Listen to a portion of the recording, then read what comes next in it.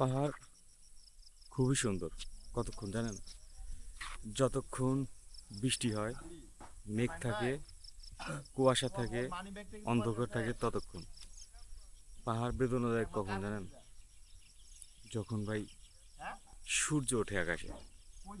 আপনি 2 মিনিটে সূর্যের তাপে আপনি একদম ভিজে ঘামের গন্ধে অন্ধকার হয়ে যাবেন।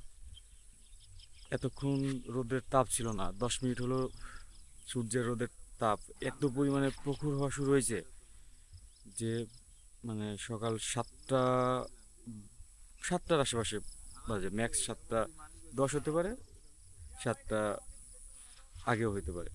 তবে একদম অস্থির, মানে অস্থির হয়ে যাচ্ছি, এত রোদ।